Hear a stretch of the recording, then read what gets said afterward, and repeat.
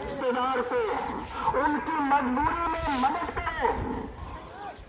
तुम्हारा रिश्तेदार अगर तो तुम्हारी बीमार पुष्टि के लिए नहीं आता है, लेकिन तुम अपने रिश्तेदार के यहाँ उनकी बीमार पुष्टि के लिए जाओ, ये है सिला रहमी।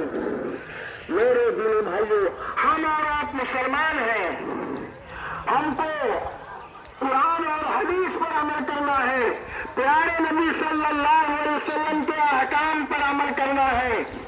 अल्लाह तआला इरशाद फरमाता है, या अय्युहल्लज़ीना आमनू दुखुलू